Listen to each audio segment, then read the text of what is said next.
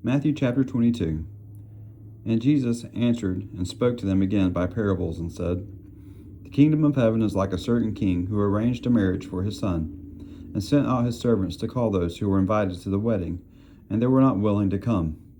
Again he sent out other servants, saying, Tell those who are invited, so I have prepared my dinner. My oxen and fatted cattle are killed, and all the things are ready. Come to the wedding. But they made light of it and went their way, one to his own farm and another to his business. And the rest seized his servants, treated them spitefully, and killed them. But when the king heard about it, he was furious, and he sent out his armies, destroyed those murderers, and burned up their city. Then he said to his servants, The wedding is ready, but those who are invited were not worthy. Therefore go into the highways, and as many as you find, invite to the wedding. So those servants went out into the highways and gathered together all whom they found, both bad and good, and the wedding hall was filled with guests. But when the king came in to see the guests, he saw a man there who did not have on a wedding garment.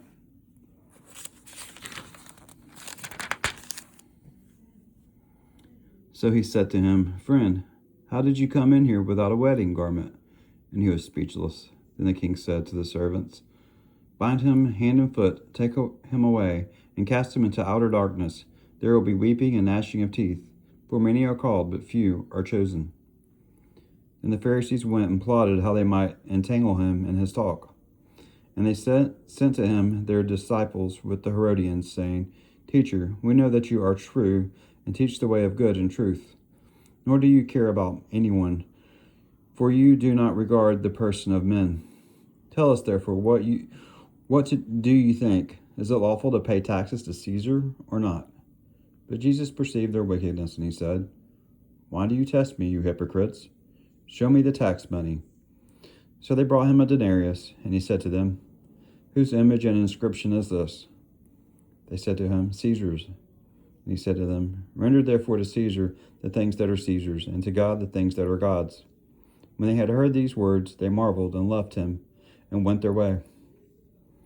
The same day the Sadducees, who say there is no resurrection, came to him and asked him, saying, Teacher, Moses said that if a man dies, having no children, his brother shall marry his wife, and raise up offspring for his brother.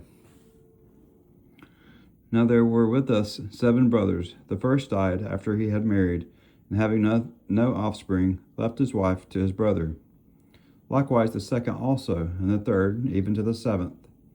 Last of all the woman died also. Therefore in the resurrection, whose wife of the 7 will she be? For they all had her. Jesus answered and said to them, You are mistaken, not knowing the Scriptures nor the power of God.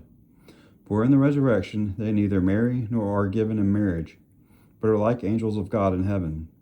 But concerning the resurrection of the dead, have you not read what was spoken to you by God, saying, I am the God of Abraham, the God of Isaac, and the God of Jacob. God is not the God of the dead, but of the living. And when the multitudes heard this, they were astonished at his teaching. But when the Pharisees heard that he had silenced the Sadducees, they gathered together. Then one of them, a lawyer, asked him a question, testing him and saying, Teacher, which is the greatest commandment in the law?